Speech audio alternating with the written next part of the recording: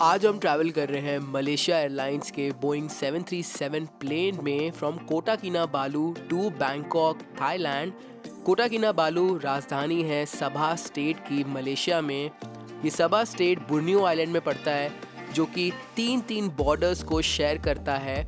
Just imagine. और पहली बार ऐसा हुआ कि एक ही कंट्री में मेरा 2 बार इमिग्रेशन हुआ। अगर व्लॉग देखना स्टार्ट कर रहे हो तो लाइक और सब्सक्राइब जरूर करना और इस व्लॉग को एंड तक देखना। तो अभी तक का सबसे खराब इमिग्रेशन एक्सपीरियंस था थाईलैंड में। अभी क्या हो गया है, ये लोग बहुत ज़्यादा स्ट्रिक्ट हो गए हैं। उसके बाद मेरी बारी आई, मैं आगे गया तो पता नहीं भड़क गया अपने आप, कुछ थाई में कुछ बोलने लगा, कुछ समझ नहीं आया मुझे, मतलब पता नहीं क्या ही बोल रहा था थाई में।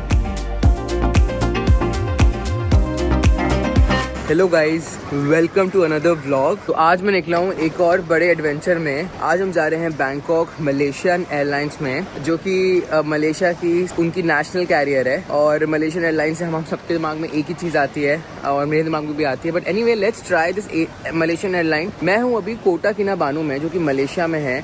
मलेशिया का एक आइलैंड है Brunei, if I am not pronouncing it wrong, मैं लगा दूंगा। उसका कैपिटल सिटी है कोटा किनाबालू। यहाँ पे मैं 4 दिन था। मैं एयर एशिया के साथ आया था। वो व्लॉग शायद आप देख चुके हो या देखोगे। तो व्लॉग देखना स्टार्ट कर रहे हो तो लाइक सब्सक्राइब जरूर करना। आज हम ट्रैवल करेंगे इकोनॉमी क्लास में। खाना देखते हैं कि एशियन डेस्टिनेशंस में क्या क्या मिलता है, and the services, the check in process, the overall experience in Malaysian Airlines to Bangkok. ये है कोटा किनाबालू का एयरपोर्ट। हालांकि सिटी का जो इंफ्रा है वो बहुत ही एवरेज है, बट इनका एयरपोर्ट उस हिसाब से फिर भी ठीक है जिस हिसाब से इनका मतलब बाकी कुछ सब कुछ है। और यहाँ पे मेरे चेक इन काउंटर्स हैं और चेक इन काउंटर्स पूरे के पूरे खाली पड़े हैं। आई थिंक फ्लाइट भी खाली होगी।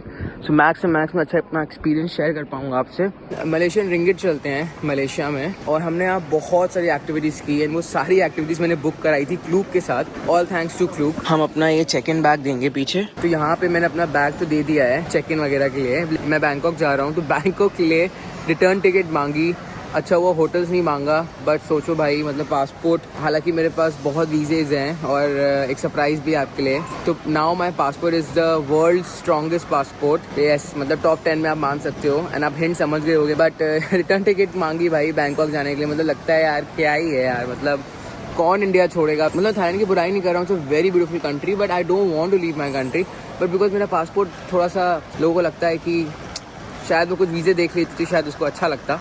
बट एनीवे, समंदर के बगल में है कोटा किनाबालू। तो यहाँ पे देखो पूरा सी फूड वगैरह भी है। ऑनेस्टली यहाँ पे खाने की भी मुझे बहुत प्रॉब्लम हुई। जो यहाँ का चिकन है वो आपको पता है साउथ ईस्ट एशिया का कैसा होता है। वो एक बड़ी सी अजीब सी स्मेल आती है। उस चक्कर में ज़्यादा कुछ खा भी नहीं पाया। सिर्फ चिकन नगेट्स खाए हैं इतने दिन। मैं यहाँ पे 4 दिन था बाकी ट्रैवल क्रिएटर्स के साथ। आपने मेरा व्लॉग देखा होगा या देखोगे। फाइनली मुझे मिल गया मैकडोनल्ड्स। तो यहाँ पे मैं चिकन नगेट्स खाता हूँ और साथ में एक बढ़िया सी कॉफ़ी लेता हूँ। जहाँ भी जाओ सब देश में सबसे ज़्यादा बेस्ट है। तो ये मैंने मील लिया है सिर्फ 350 रुपीज़ की। सस्ता तो बहुत ज़्यादा है, इसमें कोई शक नहीं है। वन वर्ल्ड अलायंस की मेंबर है Malaysian Airlines. As I said, Malaysian Airlines is a flagship carrier of Malaysia. A330, A350 और बोइंग 737-800 की फ्लीट है इनके पास। तो जो A350-900 है वो सिर्फ अपनी लॉन्ग हॉल फ्लाइट के लिए यूज़ करते हैं ये, सिडनी के लिए, लंदन के लिए या टोक्यो के लिए। और कोलालमपुर से ये जो आइलैंड है बोर्नियो बहुत अच्छे से कनेक्टेड है विद मलेशियन एयरलाइंस। इनका स्लोगन है मलेशियन हॉस्पिटैलिटी। और बिजनेस क्लास में इनकी एक सर्विस होती है साटे सर्विस, तो वो जरूर एक्सपीरियंस करना। लेकिन अभी they are starting the flights to Perth. Osaka के लिए अब डायरेक्ट फ्लाइट शुरू कर रहे हैं और काठमांडू के लिए भी कर रहे हैं। कोटा किनाबालू को गेटवे ऑफ बोर्नियो भी कहते हैं। 5 लाख लोग रहते हैं इस आइलैंड में, जहाँ पे मैं था इतने दिन। माउंट किनाबालू के लिए सबसे ज़्यादा फेमस है ये जगह। मरी मरी कल्चरल विलेज हो गया, टुंकू अब्दुल रहमान विलेज हो गया। February to September is the best time to visit Kota Kinabalu. और मैंने चीज़ देखी है कि खासकर इस आइलैंड में इंग्लिश बहुत ईजिली और बहुत अच्छे से बोलते हैं। मतलब यूजली आपको पता है बहुत सारी कंट्रीज में ऐसा नहीं होता,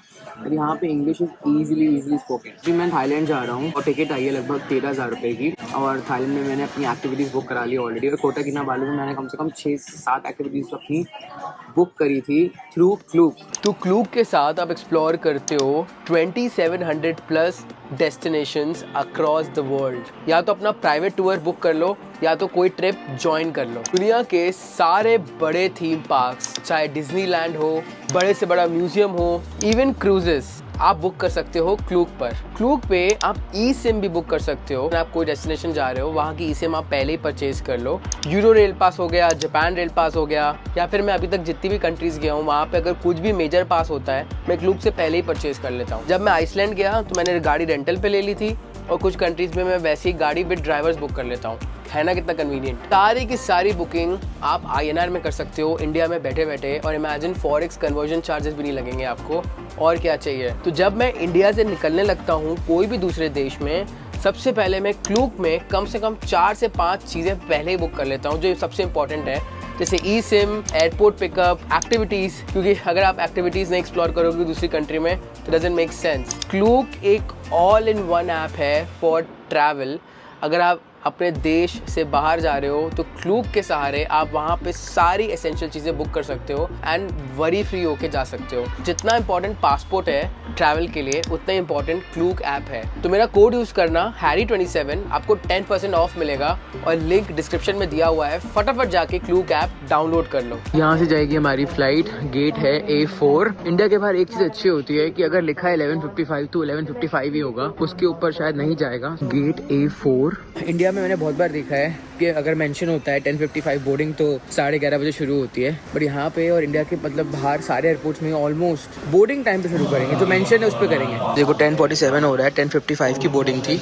और यहाँ पे बेसिकली 2 टाइप के बोर्डिंग गेट्स आप कह सकते हो। एक तो बाहर हो गया जहाँ पे शॉपिंग मॉल वगैरह है, और एक है अंदर बैठने का, और यहाँ से हम बोर्ड करके एरो ब्रिज से we'll go to the plane. तो पुराने वाले जो एयरपोर्ट्स बने हुए हैं वहाँ पे बोर्डिंग गेट में भी 2 बोर्डिंग गेट्स हैं। यहाँ पे 2 साइड हैं, एक है प्रॉपर बोर्डिंग गेट और एक है शॉपिंग मॉल। तो वैसे तो यहाँ से दुनिया भर की डायरेक्ट फ्लाइट है, कोरिया की है, चाइना की 3-4 सिटीज़ की डायरेक्ट फ्लाइट है, सिंगापुर की डायरेक्ट फ्लाइट है, लेकिन बैंकॉक की डायरेक्ट फ्लाइट नहीं है। तो भाई ये तो बहुत ही डिसअपॉइंटिंग था। और लगभग 13,000 की टिकट आई है मलेशियन एयरलाइंस की, तो मेरे को लगा चलो मलेशियन एयरलाइंस ही करते हैं। बाय द वे आपको बहुत सस्ती टिकट मिल जाएगी लगभग 7-8 हज़ार में, लेकिन वो गलती से बुक मत कर देना, क्योंकि जब आप एयरपोर्ट आओगे फिर वो आपको बताएंगे कि आपका चेक इन बैग इंक्लूडेड नहीं है इस प्राइस में, सिर्फ हैंड बैगेज इंक्लूडेड है। तो बहुत लोग कंफ्यूज हो जाते हैं और वो सस्ते के चक्कर में जो सामने दिखता है फेयर बुक कर देते हैं। बाद में एयरपोर्ट में आके उनको रियलाइज़ होता है अरे भाई यहाँ तो 5,000 रुपये एक्स्ट्रा लगेंगे। कई बार last moment they can charge you even more, और फिर आप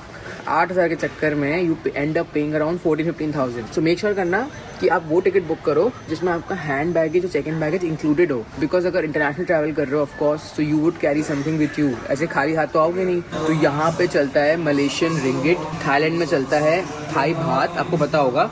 और अभी आजकल थाई बात काफ़ी महंगा भी हो गया है, लगभग 2.6 रुपीज़ का एक थाई बात है। महंगाई काफ़ी बढ़ गई है, मतलब खासकर क्योंकि हमारी करेंसी थोड़ी वीक हुई है कंपेयर टू पास्ट। और जहाँ पे मैं अभी था दिस इज मलेशियन रिंगिट, लगभग 22 रुपये या 20 रुपये का एक मलेशियन रिंगिट है, तो इनकी करेंसी काफ़ी स्ट्रॉन्ग है। जहाँ पे मैं अभी हूँ कोटा किनाबालू, यहाँ से सिंगापुर काफ़ी पास है, लगभग 2.5 घंटे या 2 घंटे की फ्लाइट थी सिंगापुर की, और बहुत सस्ती थी और मैं जा भी सकता था। By the way the boarding has been started finally. Late हो गई बोर्डिंग, एक्चुअली 11:55 को तो डिपार्चर टाइम है। तो फाइनली बोर्डिंग द फ्लाइट, और यहाँ से स्कूट भी चलती है जो सिंगापुर की लो कॉस्ट कैरियर है। तो मेरे को लगा मैं आपको उसमें भी जर्नी दिखाऊं, लेकिन वही है, सिंगापुर जा सकता हूँ, मेरे पास वीज़ा है सिंगापुर का ऑलरेडी। वही था बैंकॉक में काम है तो इसलिए मैं नहीं चाह रहा हूँ। एंड दिस इज़ बोइंग 737-800, और जो आगे से प्लेन होगा I think it would be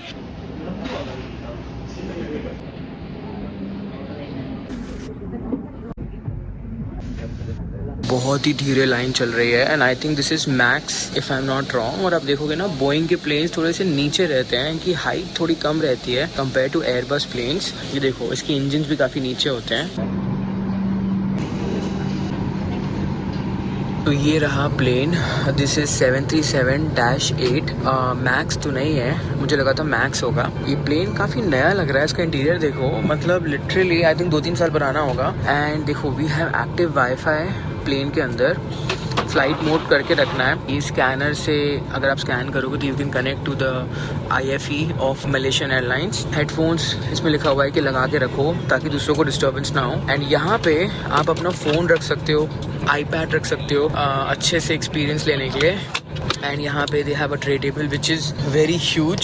सिर्फ एक ही प्रॉब्लम है और एक ही ड्रॉबैक है कि मुझे विंडो शीट नहीं मिली, मतलब विंडो हो के भी ये पीछे विंडो है basically. And the leg space is also quite good, quite nice. और यहाँ पे देखो this is the magazine holder. और यहाँ पे द बेस्ट पार्ट ये देखो, इन्होंने यहाँ पे USB पोर्ट दिया है और टाइप C भी दिया है। ये नए प्लेन्स में ही मिलेगा आपको, पुराने वाले प्लेन्स में तो टाइप C नहीं मिलता है यूजुअली। और ट्रेन का overall interior is very good. ऊपर देखो यहाँ पे दे हैव एयर डक्ट्स, यहाँ पे लाइट्स दी हैं, 3 रीडिंग लाइट्स हैं। इसको आप टच करोगे तो मेंटेन तो किया है प्लेन काफ़ी ज़्यादा। हालांकि एक चीज़ बोल सकता हूँ कि जो सीट्स हैं the leather is not that comfortable, और सीट्स की विड्थ उतनी ज़्यादा नहीं है, मे बी बिकॉज ये नैरो बॉडी है। और यहाँ पे कुछ हेड रेस्ट वगैरह नहीं है, कुछ इकोनॉमी में भी होता है। And this is the window sheets. So yes, ये रहा हमारा टोटल ओवरऑल इंटीरियर। और खाना पीना इस प्लेन में इंक्लूडेड है, तो वो भी मैं आपको दिखाऊंगा कैसा है कैसा नहीं। Then we have hand rest यहाँ पे, तो सीट्स की विड्थ काफ़ी कम है no doubt. And hand rest of course अब इकोनॉमी है तो आपको यहाँ रखना पड़ेगा। मुझे लगता है यहाँ पे जो पोर्ट दिए हैं this is the best part. और यहाँ देखो मैगजीन वगैरह भी दी है, आराम से बैठ के रीड कर सकते हो। लगभग 2.5 घंटा लगेगा हमको कोलालमपुर पहुँचने में। समंदर के ऊपर से होके जाएंगे पूरा, काफ़ी ईस्ट में पड़ता है कोटा किनाबालू एक्चुअली, और इंडोनेशिया के काफ़ी पास है। और ये जो आइलैंड है बोर्नियो, 3 कंट्रीज़ का बॉर्डर है इस आइलैंड में। मलेशिया, इंडोनेशिया और एक और कंट्री है, 3 कंट्री का बॉर्डर शेयर होता है इस आइलैंड पे। तो ये पावर बैंक को मैं चार्ज कर रहा हूँ इस टाइप C केबल से, और पावर बैंक पे अपना फ़ोन चार्ज कर रहा हूँ, तो दोनों ऑलमोस्ट एक साथ चार्ज हो रहा है। यही फ़ायदा है इस टाइप C पोर्ट का। बहुत ही कम प्लेन्स हैं।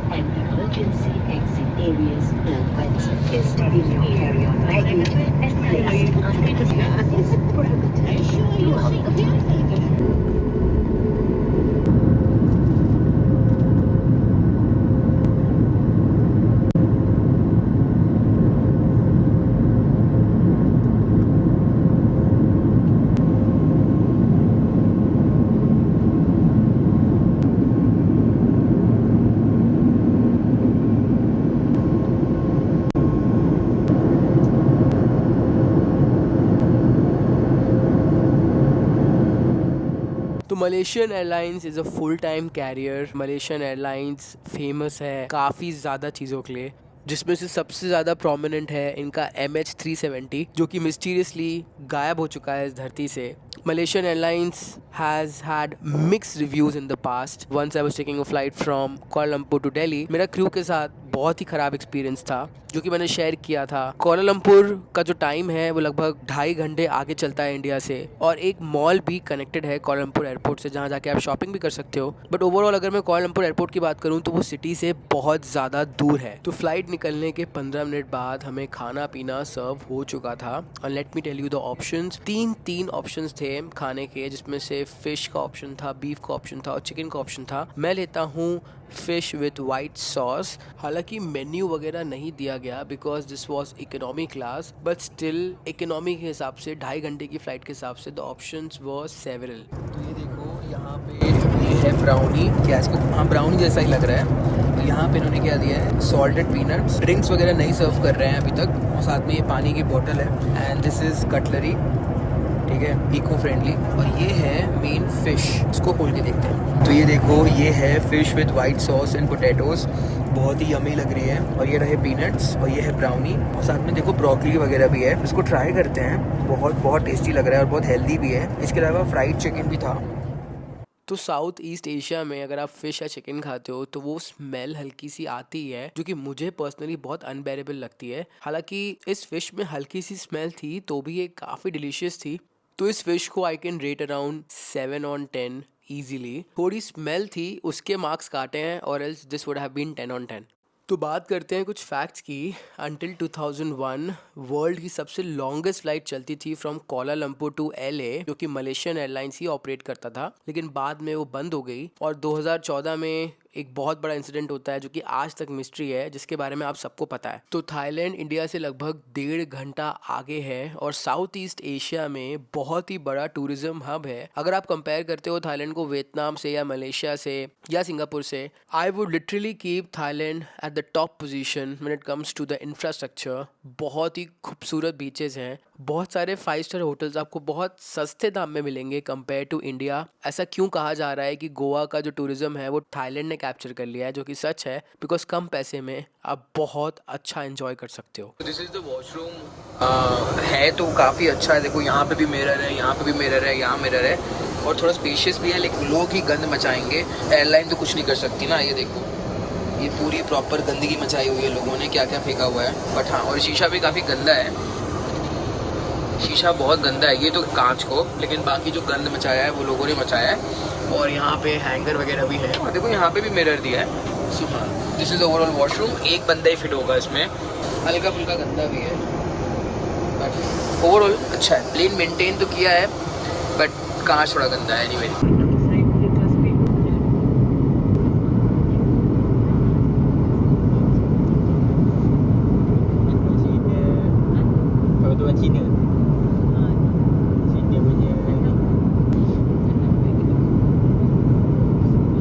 Thank you.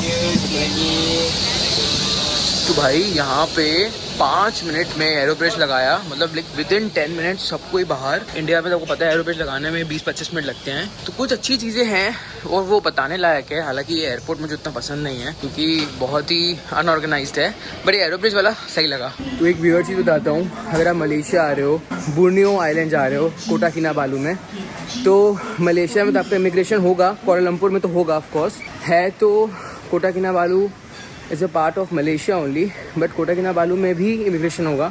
तो अभी निकलते वक्त मेरा इमिग्रेशन हुआ कोटा किनाबालू में, अब यहाँ पे कुआलालंपुर में भी इमिग्रेशन हुआ।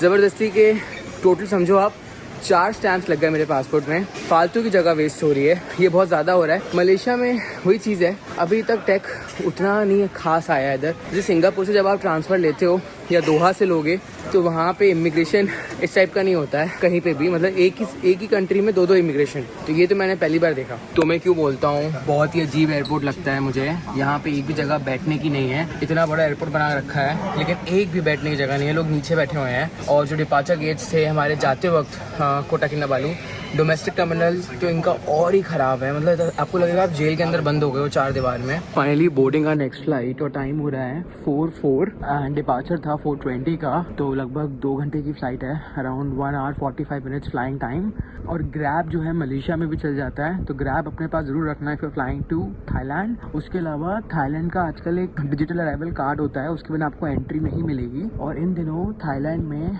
आपके पास रिटर्न टिकट और होटल बुकिंग्स होनी ही चाहिए, वरना आपको एंट्री डिनाई कर देंगे, क्योंकि बिकॉज अभी बहुत स्ट्रिक्ट हो गए हैं। सो इन सब चीज़ों का ध्यान रखना if you are going to Thailand. और करेंसी का कोई ऐसा कुछ सीन नहीं है बेसिकली। तो ये प्लेन भी 737-800 ही है, लेकिन इसकी हालत कुछ इतनी अच्छी नहीं है। ये देखो पूरी विंडो शीट्स गंदी हुई पड़े हैं, और ये देखो सबसे पहले तो किसी ने कुछ गिराया होगा, क्या किया आई डोंट नो। बहुत ही एवरेज सिचुएशन है। And the best part, USB-C part is the best, ठीक है ना। तो 1.5 घंटे की फ़्लाइट है और लेग स्पेस ठीक ठाक ही है। अब जो खाने को आएगा वो मैं आपको दिखाता हूँ।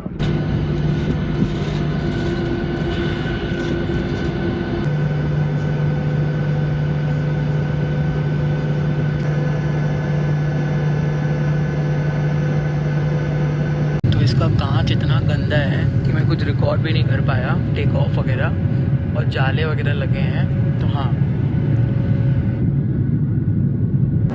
तो ये आ चुका है हमारा खाना, क्योंकि ये इंटरनेशनल फ़्लाइट है मलेशिया से थाईलैंड के लिए, तो इसकी प्रेजेंटेशन ही अलग है। पूरा प्रॉपर ट्रे में आया है, एंड ये कप भी है, इसमें कुछ कॉफ़ी या चाय आएगा, croissant kind of thing, and these are the fruits. तो मैंने लिया है इस बार चिकन विद फ्राइज़। खोल के देखते हैं इसको, ये कैसा है। This chicken with rice, Indian लग रहा है, तो ट्राई करते हैं इसको। और साथ में पीनट्स भी हैं, बटर है, और चाय कॉफ़ी बाद में पियेंगे। कटलरी कितनी अलग सी लग रही है।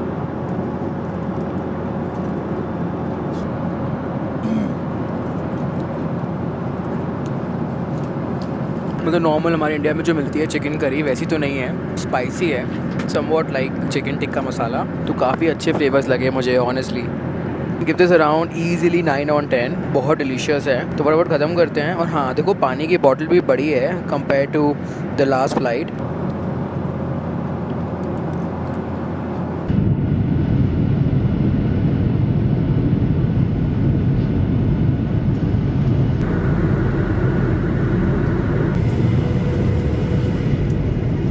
स्वर्ण भूमि एयरपोर्ट और मैं ट्राई करता हूँ मैं यहीं पे आऊँ क्योंकि एयरपोर्ट मुझे वैसे भी इसका इंफ्रास्ट्रक्चर काफ़ी बढ़िया लगता है। प्लान होने के बाद मेक श्योर करना आपके पास बुकिंग्स वगैरह सब कुछ हो और ग्रैब अपना डाउनलोड करके आना if you coming to Thailand. And the flight was smooth. काफ़ी ज़्यादा गंद था फ्लाइट के अंदर, मतलब विंडोज़ वगैरह उतनी साफ़ बिल्कुल नहीं थी, नीचे भी पता नहीं क्या गिरा हुआ था। तो सेकेंड फ्लाइट बहुत रबिश थी but first flight was good. Food दोनों का ही अच्छा था, ठीक था। एंड एज एन इंडियन आप खा पाओगे if you are travelling in Malaysian Airlines. ये जो एयरपोर्ट है स्वर्ण भूमि थोड़ा सा आउटस्कर्ट्स में है बैंकॉक की सिटी में नहीं आता, तो यहाँ से ग्रैब थोड़ी महंगी मिलेगी और ग्रैब में भी ध्यान से बुकिंग करना। कई बार हम गलती से महंगी वाली ग्रैब बुक कर देते हैं। तो जब मैं पहली बार आया था बैंकॉक तो मैंने सबसे एक्सपेंसिव वाली XUV कुछ कर दी थी, तो बिल काफ़ी आया था। एंड बाद में आई रियलाइज कि नहीं, मैंने गलत बुक की है। तो अभी तक का सबसे ख़राब इमिग्रेशन एक्सपीरियंस था थाईलैंड में। अभी क्या हो गया है, ये लोग बहुत ज़्यादा स्ट्रिक्ट हो गए हैं। तो ऑफ कोर्स मेरे पास रिटर्न टिकट्स हैं, मेरे पास होटल बुकिंग्स हैं और सब कुछ है, पासपोर्ट है प्रॉपर। लेकिन वो बंदा मतलब थोड़ा तो क्या कर रहा था कि जितने भी मेरे आगे वाले लोग थे ना उनको सबको लटका रहा था।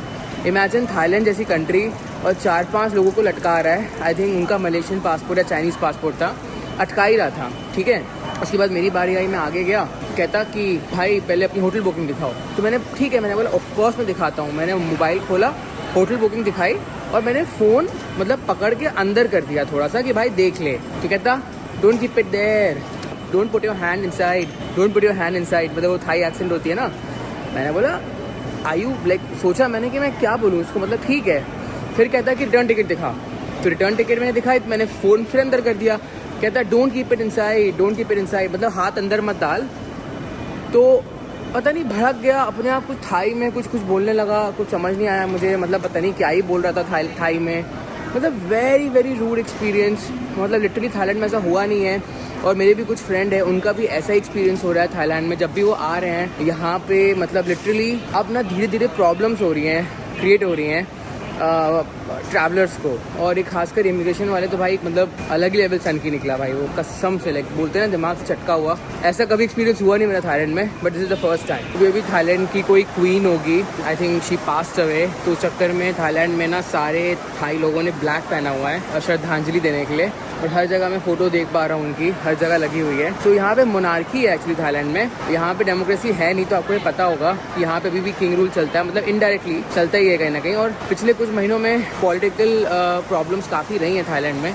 सो हाँ, तो ये है मेरा नेक्स्ट डे। मैं रुका हूँ यहाँ पे VST पुनाविथी में। स्कैम हो गया मेरे साथ। मेरे को लगा ये सिटी सेंटर में होगा होटल, सुखुमवित लिखा हुआ था अगोड़ा पे, तो सुखुमवित देख के मैंने बुक कर दिया। बट ये 13 किलोमीटर दूर है सिटी से। और ट्रस्ट मी, बैंकॉक में अगर आप 13 किलोमीटर दूर रुक रहे हो सिटी से तो आपको कुछ ऐसा गाँव जैसा नज़ारा देखने को मिलेगा।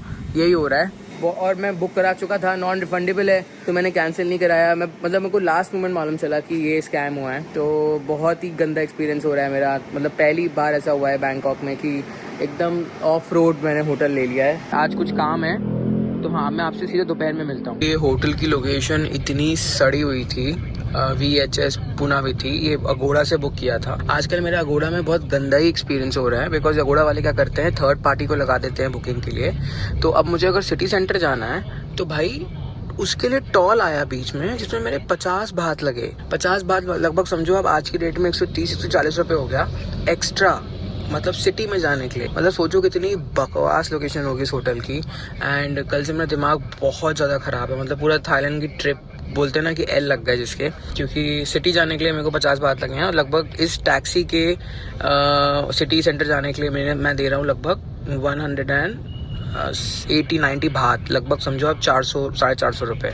तो आई होप आपको ये व्लॉग पसंद आया तो लाइक सब्सक्राइब जरूर करना। This was my experience in Malaysian airlines. सबके दिमाग में एक ही चीज़ चलती है जब इस एयरलाइन का ख्याल आता है, वो है 2014 वाला इंसिडेंट, MS-370 वाला। बैंकॉक गया, होटल बहुत दूर था, मैंने गलत होटल बुक किया। एंड बैंकॉक के बाद मेरी स्पाइस जेट की जर्नी आप देख चुके हो इसके पहले वाले वीडियो में। नहीं देखी है तो आई लिंक आ रहा होगा, स्पाइस जेट की जर्नी जाके देखो। What a horrible experience that was. Do not forget to download Klook, link मैंने डिस्क्रिप्शन में दिया है। मेरा कोड जरूर यूज करना Harry27, ताकि आपको 10% डिस्काउंट मिल सके आपकी आने वाली सारी एक्टिविटीज के लिए। तो जब भी आप चेकआउट करोगे क्लूक पे, मेरा कोड जरूर यूज करना Harry27। Link is given in the description box below. Bye bye, see you in the next vlog.